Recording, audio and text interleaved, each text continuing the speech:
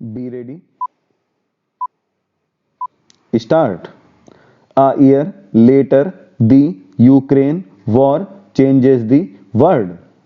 Even as there were tectonic shifts in geopolitics and India faced enormous pressure, New Delhi secured its interests, remained friends with both the West and Russia, and emerged as a champion of the global South.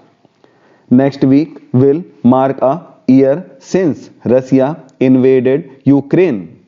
Till February 24, 2022, there could have been some understanding, even appreciation of the Russian case that the Western Bloc was coming too close to what Moscow considered its sphere of influence, and that the European security architecture was insensitive to its concerns. But an outright invasion left that argument in shreds. Make no mistake, here was a great power directly violating the territorial integrity and sovereignty of a neighboring state, a young state that had given up claims over nuclear weapons in its territory in 1993 based on security guarantees from the big powers under the Budapest Memorandum. Here was a revisionist power which had not made peace with the dissolution of the Soviet Union in 1991 with its leader Vladimir Putin hoping to revive its wider empire with a form of ultranationalism that brooked no dissent. And here was a country with one of the world's largest military willing to inflict tremendous human suffering in a much smaller country despite facing no immediate tangible political or existential threat in order to expand its borders. But the immorality of Russian invasion aside, in the past year, the war has witnessed fierce Ukrainian resistance aided substantially by Western military and political support. The past year has also seen a marked inability of the Russian state to achieve its military and political objectives. So far, Moscow may not have lost. It may have used nuclear blackmail last year, and it may well be on its way to mounting a renewed offensive. But there is no doubt that it is a diminished power with its military and intelligence deficits exposed and economy weakened. While a lot remains uncertain, what is clear is that Russia failed to take over Kiev, toppled the Vladimir Zelensky regime, and undermined Ukraine's status as an independent country. Toppled the Vladimir Zelensky regime and undermined Ukraine's status as an independent country.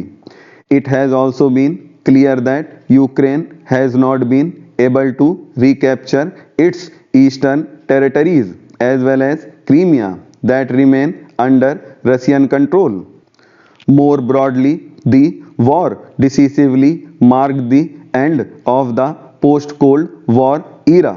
The day after the invasion commenced, an analysis in this paper anticipated four key shifts in the global system.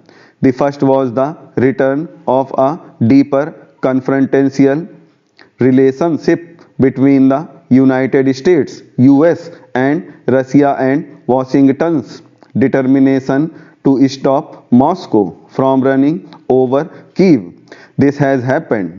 The second was a closer relationship between Russia and China, with the former becoming increasingly more dependent on the latter.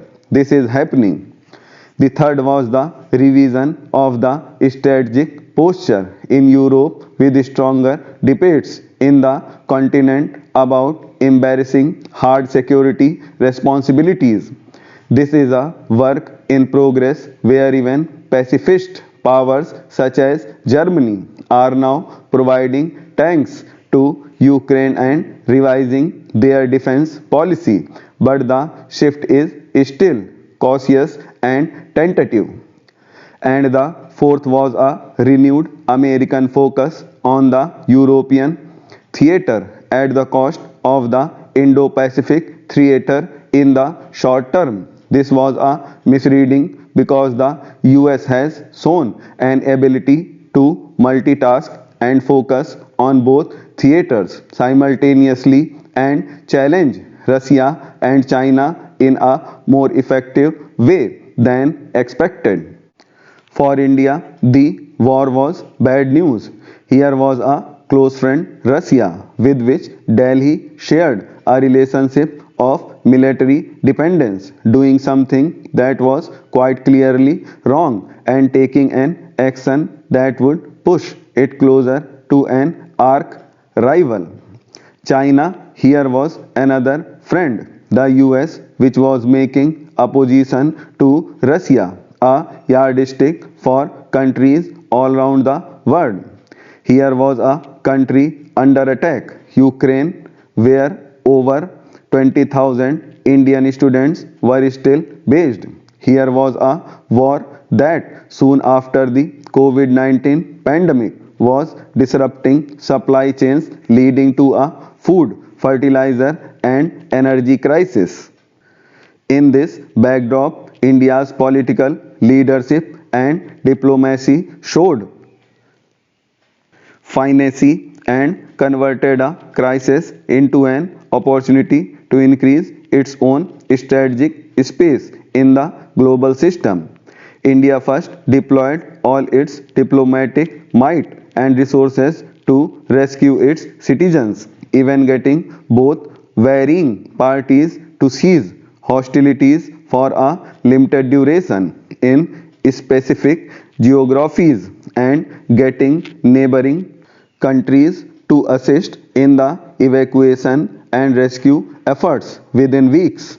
New Delhi then refined its own diplomatic posture, standing firmly for the normative goal of peace, advocating respect for territorial integrity and sovereignty, espousing diplomacy, calling for independent investigations into possible war crimes, and using its quiet channels with all sides to intervene constructively whenever possible.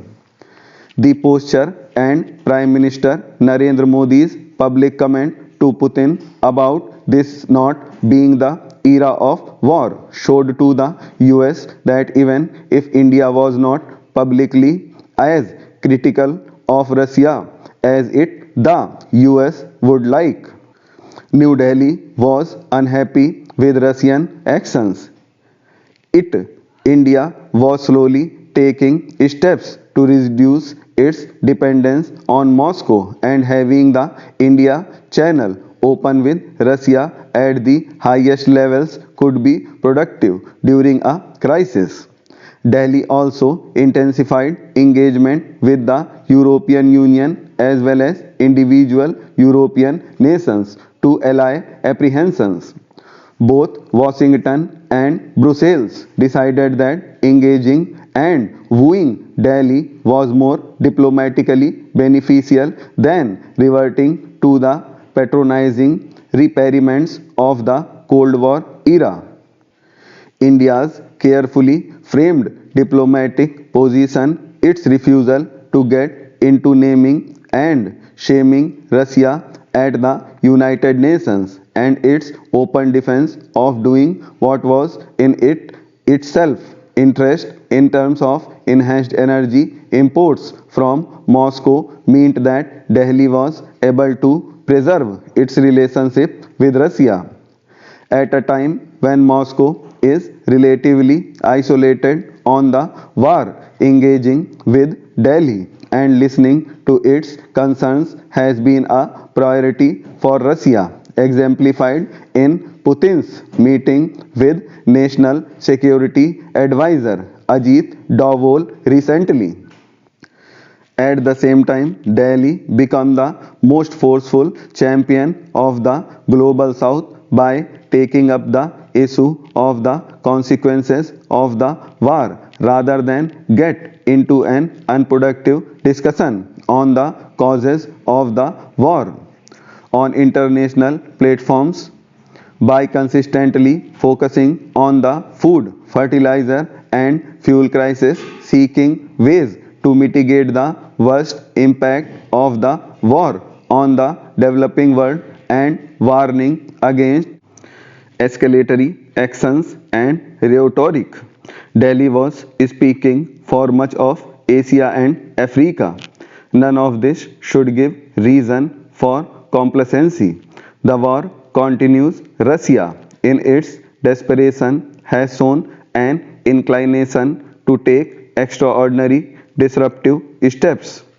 The West is determined, despite a degree of fatigue, to stay the course in supporting Ukraine. Ukraine's citizens are committed to safeguarding their independence. The room for compromise is limited, and the situation is set to get worse before it gets better. New Delhi will need to remain sharp and adapt to changing realities while securing its interests and farming it within larger normative principles.